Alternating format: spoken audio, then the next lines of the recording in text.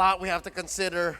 And now, here's a big change-up. This could be the road to recovery because it's now Team HAQ on the play. Echo answering back. There goes the Eve, the Kaja, and the Cho out of the game, as well the 1-1, the Glue, and the Kaja. I like it. I really like the approach that Team HAQ are going for now. After losing 2 games in a row on the red side, second pick, you need to make a change, and they did. Now, picking up the joy for themselves, you can actually see that Echo are the ones who respected the carry by banning it out, noticing and just knowing how much of a threat that pick is. There are 2 marksmen that counter Joy the most, Carry and 1-1. You know, with those taken out, you have Panda taking out this Joy, it's gonna destroy the entire backline. So for Team Echo, they really have to decide what they're gonna go with. Glue is still available. I'm gonna pick that out and really be a monster. Valentina being that character. But if you pick so early, sometimes it might not be the best ultimate for you to copy.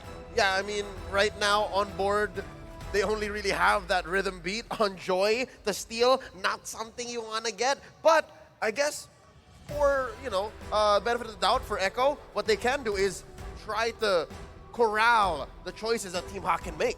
You know, interestingly, talking about ultimate that you can carry, you can actually copy Joy's ultimate, and somehow it automatically unlocks it for you. You just click it. You just click it Start and dancing. it activates, and you start dancing, you start doing damage. It's quite insane. But it doesn't do the fully stacked damage, Yeah. right? Yeah. Okay. Absolutely. It's not like when you have a 4-5 beat on point and then you go to your ultimate, right? This is very different. It does unlock your ultimate, though. Well, Another, how about a Bravest Fighter? there you go, right? Another big ultimate that Rock. technically he can steal. And right now we'll have to see the Candida too. That is another ultimate that technically can be used by the Valentina, right? Looking at the Valentina pick, even after the crazy nerfs onto Valentina, you know, I need to talk a little bit about why teams are still opting to go for this despite having the nerfs onto her in terms of the damage done. It's just how you are able to dictate the drafts, right? When you pick Valentina up, the enemy team is then forced to just go for or try to avoid big ultimates. You, on the other hand, can have all the flexibility in the world to go for these crazy ultimates that can really just stomp on the enemy team. Where is the Grok pick right now? You know, we're seeing this, how much influence we have with Grok first 2 games. Is this going to be a Grok pick? I'm putting my eyes on the pick. Come, we have 2 more seconds. Oh, it's an Akai! Wow. That's a jungle Akai if I've ever seen one. You know, Akai can actually flex to be a support as well. I agree. The meta is all about flex picks, right? What's available. Even Valentina can jungle and Akai can support. So there are so many different options you can play this game now. That's why the coaching system is so important in the meta. You're right. Game 1, Carl TZ brought out the jungle Grok, and who's to say that he hasn't picked up a page out of his grand finals rival Wise, you know? Maybe he will start rocking the jungle Valentina, but going into the second phase, there goes Echo taking away the potential for Panda to play the Harith. What's HAQ trying to lock out? It's so hard to read what HAQ might ban out because, again, Echo, they're flexing. They are. They are absolutely flexing right now. They haven't picked up a gold laner, yet they're going for the gold lane bans. They are really nailing it down now. 1-1, carry, Clint. I mean, wait, no. That's a Harith and then the Ling, right? I thought it was going to be Clint. The Clint ban coming in for Echo, but they need to leave a few heroes open for themselves too, right? And I guess that's what they're doing. They have the first pick in the second phase. By banning out the Harith, the carry, and the 1-1, it does give them another opportunity to really lock Panda down in the draft, force him maybe to play another Moskov. Yeah, they could have. I mean, now if you look at the entire comp for Team Echo here, they're diving Moscow is going to be okay, but at the same time, it's a similar story to a carry, right? If you fail the first dive, Moscow can easily push your way, dash to a safer position, and just go to town with Inspire. So, I mean, this is definitely viable, but at the same time, there are also options that's available, kind of like, you know, you might run Candida support and play a Faramis in the mid lane for the entire side of HAQ. That is a hero that is oddly absent, at least for today's matchups, right? Faramis, very mum. Echo on the swing back picks up all reliable despite having, Beatrix? I mean, it's safe to say a bad group stage performance, right? Abysmal win rate for Beatrix. and the Claude too. You know, we might see that happen. Claude and Beatrix. Looking at the composition that Team HAQ have drafted for themselves, the Claude can work. It has a lot of synergy just diving in together. But then you need to think about also, what are they going to go for the mid lane, right? Have we already seen the mid lane? Is it the Kadira, or is it perhaps the Joy? Or is it the jungle pick? Now it comes down to just that, how Team HAQ are going to use these flexible picks in the Kadira and the Joy. Are they going to pick up an Atlas? Because they need an engage right here, right? I think Brody. Yeah, or yes, you know, another marksman like Brody would be really good because strong early game to really take away a lot of Bendy's early game power. And now here we go, the last two picks. They go for Claude, Claude and Hilda. Looking at this lineup, you can see that it's in their essence that they're trying to stop the whole Valentina dynamic, right? Like Blazing Duet, nah. Power of Wildness, nah, right? Bravest Fighter, Rhythm Beat, you feel bad if you stole those True. as a Valentina, but now in execution, will it be the same way? In practice, can they make the most of that? Echo has one more pick to go with. What else is missing? Because again, the whole flex thing, it's even getting me confused. At this point, just put the Akai in the jungle, right? Just pick up a solid roamer for yourself right now. No Kufra. Grok, no Kufra, no Cho. There's a lot of crazy bans here already. Hey, Oh! Natalia's up for grabs and Yaoi wants to play it. And also, fun fact, Beatrix's total assists in career has reached 5,800 As a hero, as a hero. in pro play, Wow. 5,800. Is that the right number, 5,800? Yeah. All right, that's a lot of Beatrix games. That is a lot of Patriots games. But Natalia as a pick definitely was not something that I expected coming out today from neither. Team Echo. But it makes a lot of sense, right? Because, okay, if your Hilda's going to give our jungler a hard time, why don't I do the exact same? You know, by picking on Natalia and getting vision and just completely mess around in your jungle. Yeah, the only real nombo I'm seeing from Echo is they picked the Natalia into the Hilda, Yeah. who can play, in this case, woman-to-woman defense, right? Power of Wildness, right? Yeah. Obviously. You just check in where Yaoi could be. So it's now, again, reverse psychology. I know where you are. Are you going to do what I expect you to do? Because if not, then that's a huge cross-map game of tag. Well, let's see the execution of both of these drafts once again. Match point for Echo. Team HAQ, they need to pull out all the cards they have. Ladies and gentlemen, game number 3 of this best of 5. Wait, this is a lane swap? This is a lane swap. I see Claude on the top lane. And meanwhile, their EXP lane now is going to the goal lane for Team HAQ. This is the Malaysian swap we're talking about. TM! The Malaysia swap TM! And of course, not to say where Yaoi is, but look, he's looking for an early catch, and Min is doing just Min things. Back to regular programming. It's also Valentina in the jungle, not the Akai Sakai mid. We saw this. Like I think, Drian. Like Drian, Onyx Esports. They FBI. played this before. Akai mid, Valentina jungle. All right, why? Dave. I mean, right now it's all about getting level 4, right? Who gets a level 4 before the first hurdle is going to have the upper hand. And sometimes you can see a Chao-Selena combo, just make sure more people get level 4 at the first hurdle. Akai mid can do the exact same because you can push any jungler away and give your team the upper hand on getting the first hurdle. Min may have walked into an alley he cannot get out of, or can he? Oh, of course he can. Of course he can, He man. did this in the group stage. It's the Malaysian Hilda, right? They get out of any situation. Not in game 1, though, right? Again, though, if you look at it, Team HAQ, Echo, this composition, Man's going to have a lot more of a good time here in the mid lane, just clearing out waves. And Man's going to actually get that level 4 a bit faster. Meanwhile, Lola going to be ganked by Benny and Yaoi. I personally don't like the lane swap here. It's not as effective as the previous lane swaps, specifically the ones we saw in the group stage, but more on that mid Akai. I like how this was both a... Oh, watch out. Oh, Loa's fine. It was more of a reparative move, if I'd say, a calibration, because look, there's not many ults that the Valentina can steal, right? So what you do with that heavy spin is you help confirm objectives. Uh-oh. Look how deep Gary is. Oh, Sanford. Gary needs to be very, very careful. The Petrify finds him, but Gary is going to be able to actually sidestep out of that one. Once again, jumping out. Heavy spin popped in. 2 ultimates, 3. Count call TZ. And now it's time for Team HAQ to use this resource advantage, but Yaoi is dealing so much damage onto Gary right now. Panda picks up the gold buff. Yaoi is going to be caught. Panda dealing out just a bit of damage, revealing them with a battle mirror image, and Echo are forced to back away. Panda still just trying to clear the wave.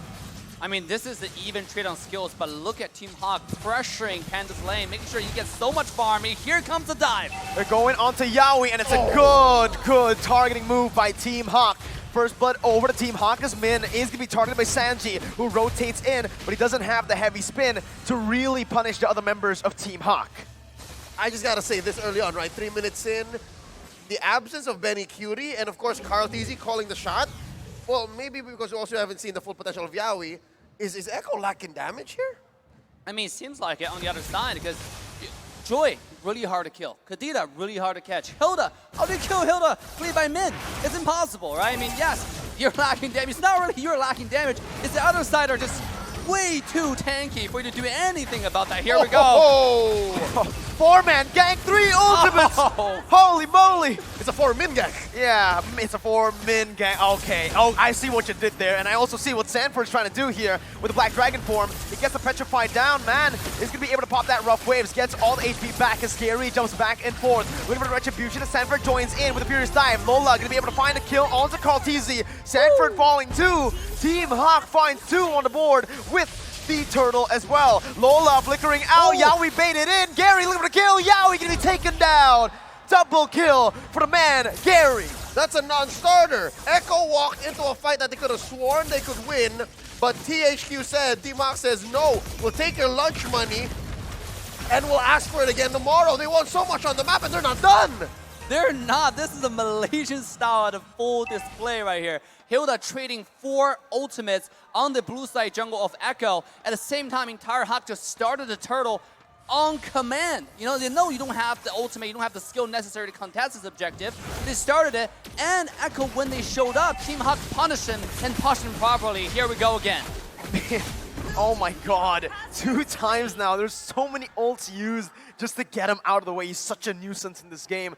And right now, I do feel like he's a bit more just reliable in this game compared to Game 1, even though Echo have drafted themselves a better early game comp. Yeah, Echo's really trying. And again, despite this Natalia not dealing too much damage, Yaoi has hit a career milestone. The Loverboy has dealt millions now in damage. But wait, even Panda, they're struggling to kill even just Panda. All right, now I like it, right? At first, I was a bit, you know, I was doubting the lane swap because, again, Benny's going to be able to find a lot of gold early on to scale onto those item power spikes. Thing is, it's not a full lane swap that they usually do. It's just to get Panda that level advantage to then come down towards the gold lane to win out of the lane and to actually bully the Beatrix. So it's an adaptive lane swap that's really good for Team Hawk. And also, Team Hawk's taking very, very smart and slow, right? They were on the bottom side farming the wave. He expected somebody to show up, right? Just use the Blazing Duet to get the wave, get the farm, and then dip, right? Get out of there. Here we go. The next turtle contest is live. Sanji trying to create an opening for his team as Lola does the same, zoning Sanji away. Gary is doing a lot right now, jumps in. That's going to be Sanford with the Black Dragon form. Carl TZ with the Bravest Spider, and that's Carl TZ winning on the Red Tree battle with the Petrify. Finds 2 members. Lola gets a stun. Man gets the rough waves down. Man's looking for more. Sanford's going to be stunned up as Yaoi jumps in onto the mid lane. Sanji flickering out, hits the wall. Gary looking for it. Finds the killing spree, and the mid lane turret falls. It's a trade, but Lola in that gold lane now is still going to be able to survive. Meanwhile, Min chasing Yaoi down will mean that Team Hawk will have all they can say on the mid lane tier 1. That's a turtle for Echo, but they suffered so many losses. I can tell that Benny Cutie also had some hard decisions to make, and it ended up not killing or not dealing damage to anybody. Yeah, and now look at Yaoi getting vision. It's more of a mental game right now on both sides, right? Who's going to outsmart each other? Because both sides, like, they don't have a set strategy, full-on engage. It's like one at a time. You really have to play careful. Look, Panda shoved the lane and dip, but Yaoi's on the chase. Oh, and he finds the kill. Min tried his best to just give him vision there, but unfortunately, Echo, with that positioning onto the flanks, they were able to catch Panda off guard. All right, this could be, 1,000 times worse for Echo, given that this is a 2K lead for Hawk, and Echo is slowly putting some damage on the board, but I don't think it's enough. Min? Sanji. Oh, no wall to pin Min down there. Nope. Yeah. Not a starter, still. Oh, here we go though. The damage. They've all used it onto Min. Yaoi's chasing him down as Sanji is going to be able to actually disengage. Yaoi finds the assassination, but that's going to be Man finding the Petrify. Carl TZ taken low. Lola jumping with the Bravest Fighter, and that's going to be Man actually baited in. Benny finds the kill with the Wesker, a weapon we haven't seen in a long time. Lola getting knocked up. That's the damage coming through. Benny with the Renner is absolutely massive as that's going to be Panda terrified. Gary jumping into the back line right now. He's almost finding the kill. Benny swaps back into Wesker. Yaoi jumping with the silence on that Natalia. Not dealing enough damage to take Panda down. Team HAQ, last game, they were rushing it a little bit, and this game, they're doing the exact same thing. They were finding the dive they should not have. And you can see Yaoi is playing the smart game, the brain game, right? She's getting the vision on the blue side jungle of Team HAQ, and once he realized where Panda was, he found a kill onto Panda, and then he flanked, found a kill onto Min. It is one at a time, very strategic move coming out from Yaoi. I mean, say what you will about the whole roamer getting all the kills situation, but you gotta do what you gotta do to help Echo bounce back, right? And shut down who you need to shut down for Team HAQ. And they're making pushes, and look, here's a heavy spin out. Yo, Echo knows that they're still out of their breath. HAQ is gonna get this clean. It's a good execution here in terms of how to control the neutral objective by Team HAQ, but it's also a very good response by Echo. They, like you said, they know that they cannot take this fight. They will lose straight out on the 5v5, so they instead rotate Yaoi over to pick up a trade. It's not a worth it trade, but that's what they can get right now. But look at Benny's farm, though. He's getting there, right? He's about to build a corrosion size into the golden staff. Once he gets those items, Hilda's not going to survive very quickly. He already finished the core damage items, make sure all the skill is going to do damage no matter who it comes. And now it's about shredding the tanks. But here comes the defense. I mean, this Benny, can he hold the Lord? I think it's going to be pretty easy with the SMG. We'll see, right? With Bennett, it's even faster. So he uses the ultimate, but Team HAQ are still going to be able to use a second wave and even just the can wave from the previous minion. Tier 2, number 1 taken down in the top side. Mid lane going to be taken down too as the bottom lane too. This is just very good micro from Team HAQ to control this side as Man jumps in, finds the pick on the Sanford.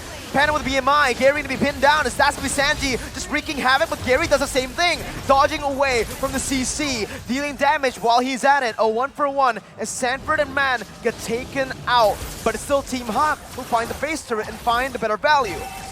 I mean, this is very, very exciting what Team HAQ does. They know Yao is looking for the flank, the back line. So what did it do?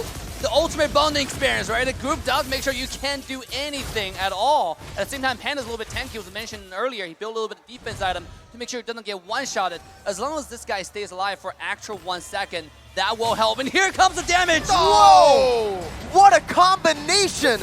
With the Renner shot and the assassination, now it's going to be Lola who's going to be caught. Yaoi jumps in again, and Sanford is the one who picks up the kill. On top of nothing, Echo were able to find a pick. There's still some punishment from Echo because Team HAQ stayed a little longer than they should have. Should have been happy with that mid lane inhibitor push, with that Lord. One try, one go, success. But they stayed, and I think the vision that the lover boy, Yaoi, provided was super instrumental to get this done. Now, talking about the Echo situation, heavy spin away, I gotta say, they can't win on conventional terms. They always have to win team fights, because their lineup almost has zero wave management. Like, they have to win fights. Oh, here, oh, man! Oh, I thought Beatrix's Renner was nerfed. Look at the damage he did to Man, what? it's an 11-minute, almost 3-core item Beatrix. True. That's what it does. Oh my god, that's a lot of damage, right? It just feels like the old Beatrix there with the Renner shot. Yeah, it had what now? A Roar and Blade of Despair, right? Yes. It's almost everything you need. The Malefic Roar plus Blade of Despair, that's going to be a lot of damage. Plus, Man is going full damage, right? Like this guy, the good thing about it, even though he took a lot of damage, he can recover with the passive really quickly. You know, so he's back to full HP again, and this time, HAQ, I think if they want to win this game, they have to just play careful. Every time they play sloppy, they get punished really heavily. And here we go, they're going for the Lord. The very, very steady gameplay coming out from Team HAQ. This might just be what they needed to win the game. Red Tree comes in, Lola jumps in with the Bravest Fighter now. Again, zoning Echo away, and Echo just did not have anything to respond to that Lord play. It's another Lord, but unfortunately for Team HAQ, it's not the enhanced Lord just yet.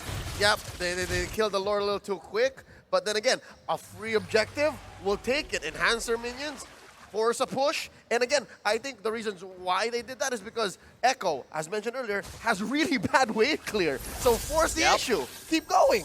Look at Yaoi, just on the side. He's trying to camp, but again, the UB is too strong, right? I mean, like the ultimate bonding experience on the top side now, they're gonna get a free tower. At this point, the Lord Wave is more valuable than the Lord itself.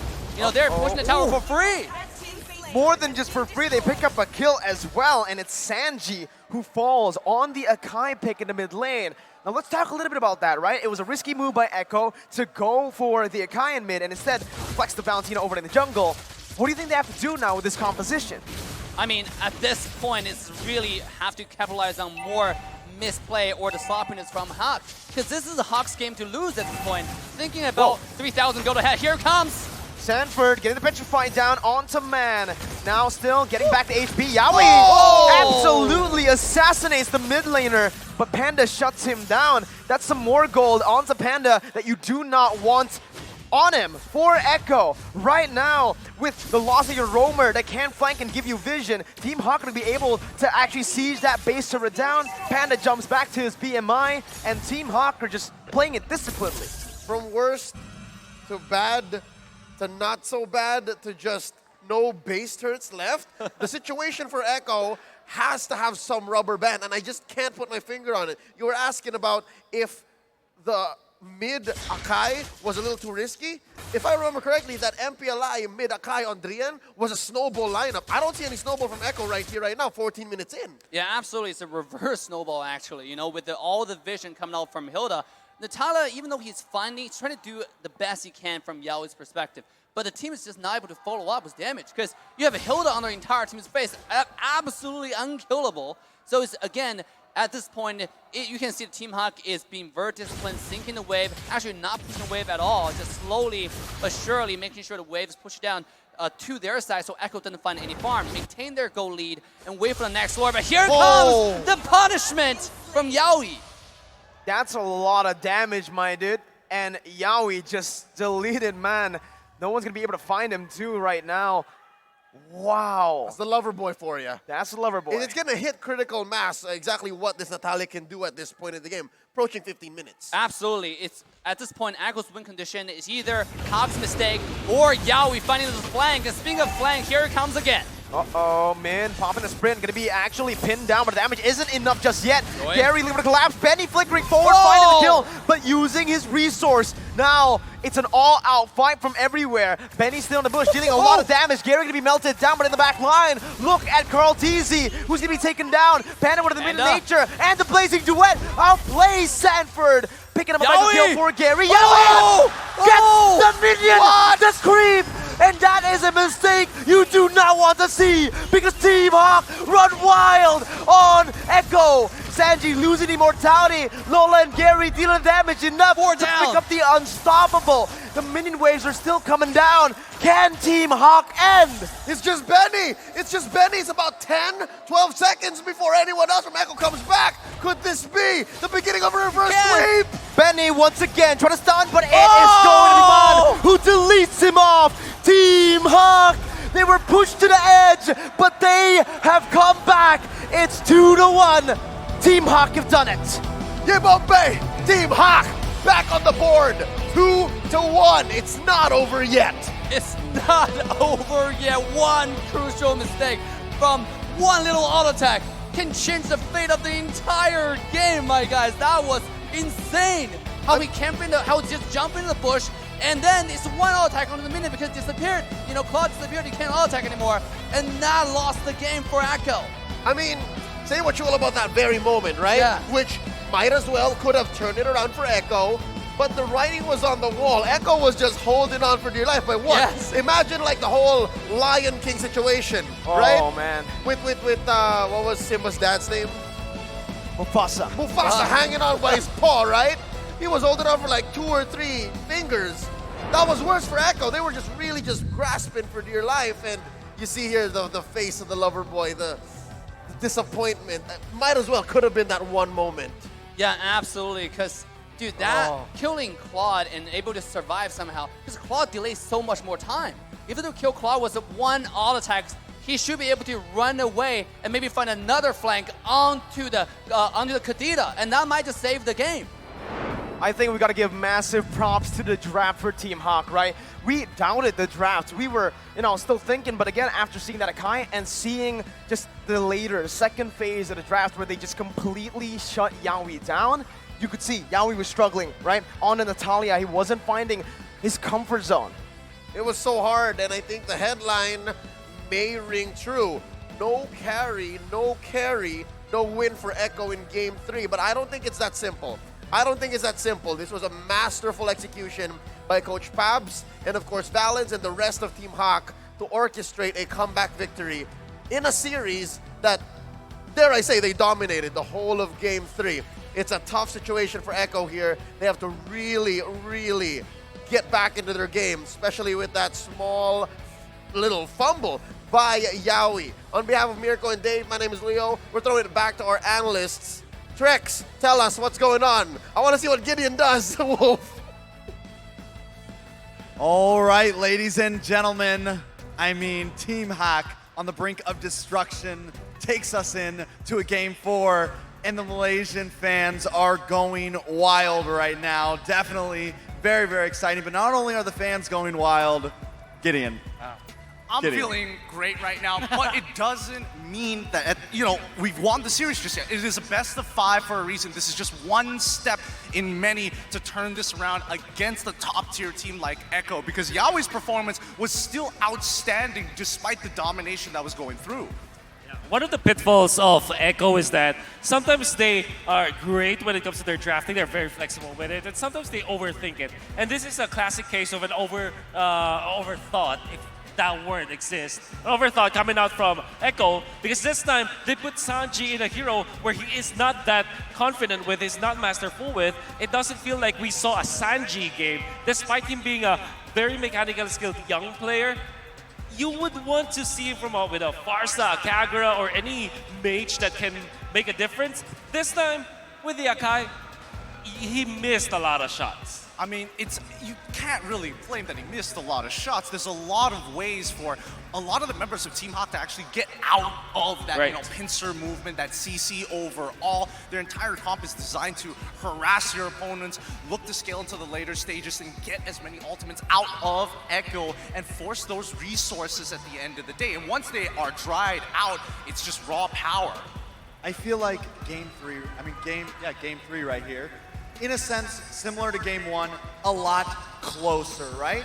Looking at the gold, looking at the kills, everything around the map, it felt like, yes, Echo could have had the chance, with Yaoi, could have had the chance to maybe have some big play potential, maybe turn that game back into the hands, but this time, there was no backdoor. Team Hawk able to seal the deal here now. Tell us about what we're seeing, Wolf. Yeah, I think that there is a significant contribution that came out of both Lapu Lapu as well as the Claude. That is Nola and Panda. What I'm mostly surprised about is that there was only one time where Echo was able to find Panda utilizing this Natalia. And honestly, that's a big factor already for Team Hack. Knowing that you don't die as much to Yaoi means that Yaoi will not be able to hit the critical mass, as well as the fact that he's not able to amass dire hit charges. So if you don't snowball as Natalia, you don't have a great game.